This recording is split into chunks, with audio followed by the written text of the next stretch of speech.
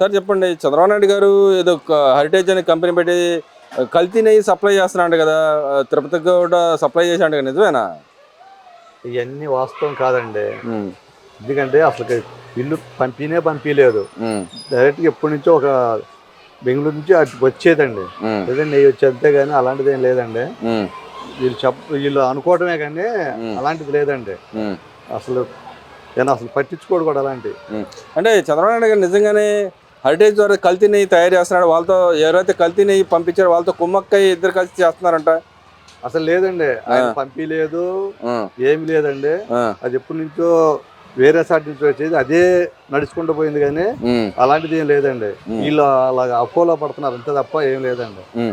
మరి అంటే ఇవాళ ఏదైతే తిరుపతి లడ్డు వ్యవహారంలో కల్తీ చేసిన కంపెనీతో వీళ్ళకి గతంలో నుంచే సంబంధాలున్నాయి. చంద్రబాబు నాయుడే తీసుకొచ్చాడు. ఆ కంపెనీ చంద్రబాబు తీసుకొచ్చిన కంపెనీ వాళ్ళే తయారు చేసి పంపించారు. మా సంబంధం లేదని మాట్లాడుతున్నారు. నిజంగానే చంద్రబాబు నాయుడు టైంలో జరిగిందే కల్తీ లడ్డు అనేది ఈ గవర్నమెంట్ వచ్చినాక జరిగిందంటారా? అసలు ఆ గవర్నమెంట్‌లో అసలు ఏమి లేదండి. ప్రస్తావనే లేదు. హ్మ్. ఈ గవర్నమెంట్‌లోకి వచ్చాకనే ఈ కల్తీనయి బయటికి రావడం జరిగింది. హ్మ్. అదివరకు అసలు లేదండి. హ్మ్. అది అనుకోవడం కూడా పొరపాటు. హ్మ్. ఎందుకనంటారు మరి పదే పదే వాళ్ళ నాయకులు మాట్లాడుతా ఉన్నారు. చంద్రబాబు నాయుడే కల్తీ చేశాడు, చంద్రబాబు నాయుడే చేశాడు, మాకేం సంబంధం లేదు అని చెప్పి అంటా ఉన్నారు. వాళ్ళకి కానీ సిట్ నివేదిక వచ్చేసన్నా మీరే కల్తీ చేశారని చెప్తా ఉంది. వాళ్ళకేందంటే ఏ దారి లేదండి. హ్మ్. ఎలాగైనా హ్మ్. చంద్రబాబు మీద బురద జల్లాలి. చంద్రబాబు గారిని కొద్దిగా ఇదిగా చేయాలనే తప్ప హ్మ్. అంతేగాని చంద్రబాబు గారికి అలాంటి ఇస్మంటి అంటే అసలు ఆయన ఒప్పుకోడు ముందు. హ్మ్. ఈ ఇస్మంటి కల్తీలన్నా ఇది అన్నా హ్మ్. ఆయన కరెక్ట్‌గా చెప్తాడు. ఇలాంటివి మనం చేయకూడదని ఆయనే చెబుతాడు ముందు. మనకి చేద్దాం అన్నాడు ఆయన ఎలా చేస్తాడు? హ్మ్. అలా చేసే మనిషి కాదండి ఆయన. హ్మ్. చాలా పద్ధతిగా మాట్లాడుతాడు. ఉన్నది హ్మ్. మొఖాన చెప్తాడు. హ్మ్. ఇక ఎంతో మందికి మనం ఇలా నడవాలని చెప్తాడు. ఆయన అడుగుదాడలోనే అందరూ నడుస్తున్నారు తప్ప హ్మ్. ఇసుమంటి కల్తీలకి ఇసుమంటి హ్మ్. పాల్పడుతూ ఉండదండి అసలు. హ్మ్. మంచి మాటలు చెప్తాడండి చంద్రబాబు గారు. మరి అదేవిధంగా రాష్ట్ర ప్రజల కోసం అసలు సంక్షేమ పథకాలు ఇవ్వట్లేదు. సూపర్ సిక్స్ పథకాలకు సంబంధించి బడ్జెట్‌లో ఒక్క కేటాయింపు కూడా జరగలేదు. మళ్ళీ మోసం చేసాడు చంద్రబాబు నాయుడు అని చెప్పి అంటున్నారు. నిజంగానే మోసం చేసాడా? లేదండి. ఆ! ప్రతి ఒక్క పథకం హ్మ్. ఒక్కోటి మొత్తం వచ్చేస్తున్నాయండి. హ్మ్. ఇబ్బంది పడాల్సిన పని లేదండి. ఆ! స్కూల్‌కి పిల్లలకి ఎత్తన్నాడు.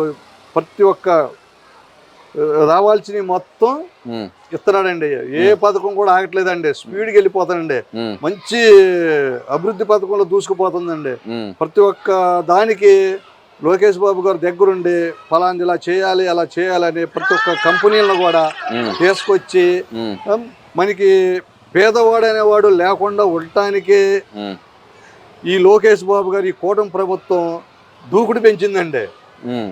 ప్రతి ఒక్క ఉద్యోగం రావాలనే తపనేనండి. ప్రతి ఒక్క కంపెనీలు ఇవాళ రోజున లోకేష్ బాబు గారు అసలు ఎంత కష్టపడుతున్నాడు. హ్మ్. మన కోసం చంద్రబాబు గారు అసలు మన కోసం నిద్రపోట్ల మనమన్నా ప్రశాంతంగా నిద్రపోతున్నాం కానీ హ్మ్. వాళ్ళు అసలు నిద్రలేదండి మన కోసం వాళ్ళు నిద్రపోట్ల. హ్మ్. ఎందుకంటే హ్మ్. పేదవాడైన వాడు ఉండకూడదు అనే ఉద్దేశంతోనే హ్మ్. ఈ కూటమి ప్రభుత్వం ఏంటంటే హ్మ్. ప్రతి ఒక్కళ్ళకి ఏదో ఉద్యోగం కల్పించాలనేదే హ్మ్. వాళ్ళ ధ్యేయం అండి. అంతేగాని ఇలాంటి తప్పించుకునే వ్యవహారాలు ఈ కూటమి ప్రభుత్వం చేయట్లేదండి. మరి ఇక్కడ సంపద సృష్టిస్తా అని చెప్పిన నాయకుడు ఇప్పుడు సంపద సృష్టించబోగా అప్పులు తెచ్చి రాష్ట్రం మీద ప్రజల మీద భారం వేస్తున్నాడు. దాదాపు 3,00,000 కోట్లు అప్పు మళ్ళీ తీసుకొచ్చాడని చెప్పి అంటున్నారు. లేదండి. వాళ్ళు చేసినప్పుడు చాలా ఉందండి. హ్మ్. అయి తీర్చడానికే సరిపోతుంది. హ్మ్. మళ్ళీ అయి చేసుకుంటా మళ్ళా ఇల్లు మళ్ళీ ఈళ్ళకి మనకి అభివృద్ధి కోసం హ్మ్. ఖర్చు పెడతాం.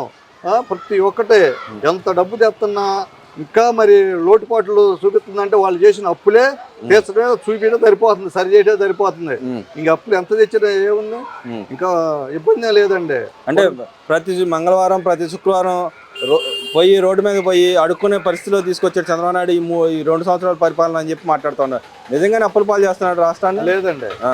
అప్పులు పాలు చేసే లెక్కైతే హ్మ్. అసలు అలసిమెంట్ తీసుకోరండి. పేదవాడైన వాడు అప్పులు అవ్వకూడదు ఉండటానికే ప్రతి ఒక్క ఇంటింటికి ఏదో పరిశ్రమ హ్మ్. ఏదో ఒకటి చేయాలి. ఇప్పుడు ఇవాళ రోజు టైలరింగ్‌కి మాకు సుపాధి ఇయటం, హ్మ్. ఏం కావాలో అడగండి అంటాం. హ్మ్. మిషన్లు హ్మ్. లేనోళ్ళకి మిషన్లు ఇప్పియటం హ్మ్. ఎన్నో చేస్తున్నారండి. అట్లా ఏం లేదండి. అంటే గతంలో ఆయన మీద స్కిల్ కేస్ పెట్టారు. దాంట్లో డబ్బులు తినేసాడని చెప్పారు. అది బయట పెట్టలేపారు. ఇప్పుడు ఈ గవర్నమెంట్ వచ్చినాక చాలా మందికి మహిళలకు గాని, వీళ్ళకి గాని ఉపాధి కల్పియడానికి స్కిల్ డెవలప్‌మెంట్ చేపిస్తా ఉంది. మెషిన్ కుట్టుకునే వాళ్ళు మెషిన్ నేర్పడం అయన్నీ చేస్తా ఉంది కదా! మరి నిజం ఎంత ఉందంటారు? ఆయన నిజంగానే తప్పు చేశాడా గతంలో చంద్రబాబు నాయుడు గారు?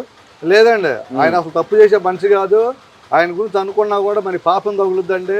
ఎందుకంటే ఆయన ప్రతి ఒక్క కుటుంబానికి ఏదో ఒకటి చెయ్యాలి తప్పున, ఏదో ఒకటి చెయ్యాలి అనే తప్పున. మరి లేని తోపుడు బండి వాళ్ళకి తోపుడు బళ్ళు ఇవ్వటం, మిషన్లు లేని వాళ్ళకి మిషన్లు ఇవ్వటం, ట్రైనింగ్ ఇప్పించడం, మళ్ళా రకరకాల ఉపాధి చేసే వాళ్ళకి ఉపాధి కల్పించడం, చాలా అసలు లెక్కపత్రాలు ఇవ్వండి, అన్ని ఉపాధి పథకాలు చేపిస్తున్నారండి. మరి మీరు టైలరింగ్ అంటున్నారు కాబట్టి మీకేం ఉపాధి ఈ సంవత్సరంలో అనౌన్స్మెంట్ చేసిన బడ్జెట్లో ఏం వచ్చినాయి అంటారు? మాకు చాలా డోక్రా తరఫున మొన్న 2 లక్షల రూపాయలు మాకు వచ్చిందండి. ఆ 2 లక్షల రూపాయలతో మేము మిషన్లు కొనుక్కొని ఒక్క మిషన్ ఉన్న మిషన్ ఇప్పుడు 4 మిషన్లు చేసి నలుగురితో వాళ్ళకి ఉపాధి వాళ్ళకు కూడా కల్పిస్తున్నామండి. ఎందుకంటే అంత అభివృద్ధి డోక్రా ద్వారా అంటే జనాల దగ్గర మరి తీసుకొచ్చి కుట్టించుకుంటున్నారు, మీ దగ్గర జనాలు వస్తున్నారండి. గతంలో ఎలా ఉండేది మరి మీ పరిస్థితి? గతంలో తక్కువ ఉండేదండి, జగనాయంలో ఏం లేదండి. ఇప్పుడు ఏంటంటే ప్రతి ఒక్కళ్ళు మాకు ఉపాధి కల్పిస్తున్నారు, మేము 4 పెట్టి పని చేపిస్తున్నామండి. అట్లేం లేదండి, మంచి బాగుందండి, డెవలపింగ్ బాగుంది. రాను రాను ఇంకా డెవలప్ చేయాలనే తపనే పడుతుంది. కూటమి ప్రభుత్వం ముందుకు దూసుకుపోతుంది. ఎవరు అడ్డొచ్చినా కూడా అది ఆగే ప్రసక్తే ఉండదు, అంత బాగా చేస్తున్నారండి. మరి ఇక్కడ చంద్రబాబు నాయుడు గారు ఏదో తిరుగుతూ ఉంటాడు తప్పితే ఎవరికి ఏం పథకాలు ఇవ్వడం, మోసం చేయడంలో ముందెత్తున ఉంటాడు కానీ ప్రజలకు ఏం చేయట్లేదని పదే పదే చెబుతున్నారు. ఎందుకు చెబుతున్నా ఉంటారు మరి? జగన్మోహన్ రెడ్డి గారు ఆ విషయాలు ఎందుకు అసెంబ్లీలోకి వచ్చి మాట్లాడలేకపోతున్నారు అంటారు? ఇక్కడ ఏమంటే చంద్రబాబు గారు చేసే పనులు చూసి వాళ్ళు వారవలేక, నువ్వు మంచి పని చేస్తున్నావు, అసెంబ్లీలోకి వచ్చి కాసేపు మాట్లాడితే నువ్వు సమస్యలు చెప్పొచ్చుగా, సంతకం పెట్టి వెళ్ళిపోవడం ఏంటి? సంతకం పెట్టి వెళ్ళిపోకూడదండి, సమస్యలు పోరాడాలి, నిలదీయి. నువ్వేమైనా తప్పు చేస్తే నువ్వేం చేసావు చెప్పండి, వాళ్ళు ఏం చేసి చెప్తారు. మీరు కూర్చోకుండా సంతకం పెట్టిపోతే సుఖం ఏముంది? అది శూన్యమే కదా. అందుకని మీరు కూడా మాట్లాడితే అసలు ఏం చేయాలి, ఏంటి, మీరు ఇలా చేయట్లేదు అని అడగాలి కదా. అంటే వాళ్ళని మరి ఆయన ఏమైనా ఉండను అంటున్నాడు, వాళ్ళ నాయకులైనా పక్కన ఉన్న మండలంలో పోరాడమని చెబుతున్నాడు. మరి ఆయన ఎందుకు పోరాడలేకపోతున్నాడు అంటారు? మిగతా నాయకులు ఎందుకు పోరాడమంటున్నాడు ఇక్కడ? ఏమంటే ఏమైనా అడగాలి ఫస్ట్. ఇప్పుడు ఇంజిన్ కరెక్ట్గా ఉండేనే కదా పెట్ల కరెక్ట్గా ఉండేది, ఇంజిన్ కరెక్ట్ లేదండి అక్కడ. ఆ జగన్ గారి ఇంజిన్ కరెక్ట్ లేదు. ఇంజిన్ కరెక్ట్గా ఉంటే పట్టాల మీద ఉంటాయి, ఆ పట్టాల మీదే లేవు పెట్లు. అందుకని ఫస్ట్ ఇంజిన్ కరెక్ట్గా ఉండాలి, ఇంజిన్ వచ్చి మాట్లాడాలి. ఆ ఇంజిన్ వచ్చి మాట్లాడితే పెట్లు కూడా కొద్దిగా మాట్లాడతాయి. అసలు సమస్యలు తెలుసుకోకుండా మేము వచ్చి మేము సంతకం పెట్టిపోతామంటే అది కరెక్ట్ కాదు. సమాజం ఒప్పుకునే పరిస్థితి లేదు కదా. మరి ఆయన చెప్తున్నాడు కదా, నేను జనాల్లో ఉన్నా కానీ చంద్రబాబు నాయుడు కానీ లోకేష్ కానీ వీళ్ళు విదేశాలు టూర్లు తిరుగుతున్నారు తప్పితే వాళ్ళు తెచ్చేది చేసేది ఏమీ లేదని చెప్పి మాట్లాడుతూ ఉన్నాడుగా. దేశాలు తిరిగేదానికి వాళ్ళు సరదా తిరుగుతున్నారా, లేదా పిక్నిక్కి వెళ్తున్నారు వాళ్ళు, మన కోసం త్యాగాలు చేస్తున్నారు వాళ్ళు. మనం హాయిగా ఇంట్లో పండుకుంటున్నాం, వాళ్ళు వెళ్ళి దేశాలు వెళ్ళి ఒక్కొక్క పెట్టుబడులు రాబడతామంటే ఎంత కష్టం.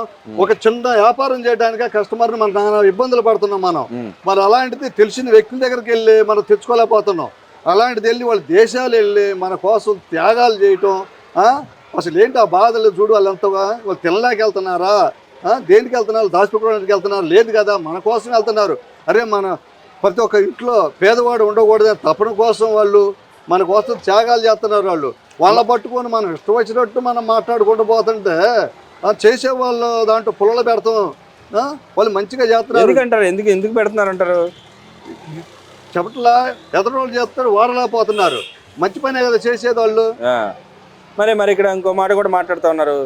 ఏది ఇస్తాన పథకాలు ఇవ్వకపోగా, చేయాల్సిన పనులు చేయకపోగా, వాళ్ళు రాష్ట్రంలో ఎవరైతే వస్తారో పెట్టుబడిదారులు వస్తారో వాళ్ళని మోసం చేయడానికి వాళ్ళని తీసుకొస్తారని చెప్తే వాళ్ళ వల్ల ఉపయోగం లేదు అని చెప్పి మాట్లాడుతున్నారు. నేను బిల్ గేట్స్ సార్ వచ్చారు, వాళ్ళకి దారాదత్తం చేస్తున్నారు. ఇటు పక్క హెల్త్ సెక్టర్ని, అటు పక్క ఎడ్యుకేషన్ 2 అమ్మేసుకుంటున్నాడు. బిల్ గేట్స్ అమ్మేస్తున్నాడని చెప్పి అంటున్నారు. నిజంగానే ఆయనకి అమ్మేశారా, లేదా ఆయన సంస్థ ద్వారా మన రాష్ట్రానికి అన్న పెట్టుబడులు లాంటివి పెడుతున్నాడా? అంటే బిల్ గేట్ వచ్చారంటే కొన్ని లక్షల కుటుంబాలు బాగుపడేట్లు లెక్కే మన చంద్రబాబు. ఎందుకంటే చంద్రబాబు గారు ఏంటంటే ఎవరిని తో పనులు దొరుకుతాయి, ఆయనకి అన్నీ తెలుసు. ఆయన మహామేధావి, ప్రపంచ మేధావుల్లో నేను ఒక మేధావి.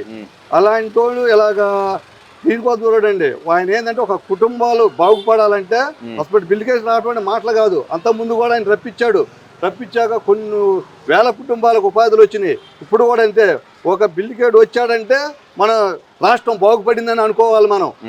అంత అటువంటి మేధావి చంద్రబాబు గారు. అంటే ఆయన వస్తే ఉపయోగం ఏందంటారు? అసలు ఉపయోగం అంటే మంచి లాభాలు ఉంటాయి. ఆయన వస్తే కొన్ని సమస్యలు చెప్తారు, కొన్ని కంపెనీలు వస్తాయి, మనం చెప్పుకోవాలి కదా. చెప్పుకుంది మన మాటలు చెప్తే అట్లా ఆయన అన్ని చెప్తాడు అనమాట.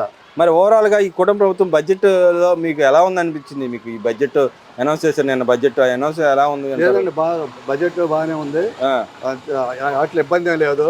మనం రాలేదని టెన్షన్ మనకు పని లేదు. వచ్చినాయి మంచి మంచి వాటికి అన్నిటికీ ఉపయోగపడేలాగానే వచ్చినాయి. అట్లని మనం ఇది చేయకూడదండి. ఓవరాల్ బడ్జెట్ బాగుంది అంటారు? బాగుంది. పరిపాలన ఎలా ఉందండి? పరిపాలన సూపర్ అండి, సూపర్ సిక్సే. సూపర్ సిక్సే దూసుకుపోతుంది. అంటే మరి ఆ సూపర్ సిక్స్ ఇవ్వలేకపోతున్నాడు చంద్రబాబు నాయుడు, బడ్జెట్ లో ఏం లేవని చెబుతున్నాడు, మోసం చేసాడు అన్నాడు. ఒకసారి నిలబడి చూడమనండి ఎలా చేస్తాడో, పేపర్ ఛానల్ అన్ని చూడమనండి. ఏది ఆగట్లా, నెల వచ్చేది ప్రజలకే. ప్రతి ఒక్కటి సూపర్ సిక్స్ అంటే మొత్తం అర్థమైనట్టే. ఇంకోటి కూడా ఉంది, అది కూడా వచ్చేస్తుంది అన్ని, అసలు ఆగే పనే లేదండి. సూపర్ సిక్స్ అంటే సూపరే, దూసుకుపోవడమే, అంతేగాని ఏం లేదండి. బాగుందండి.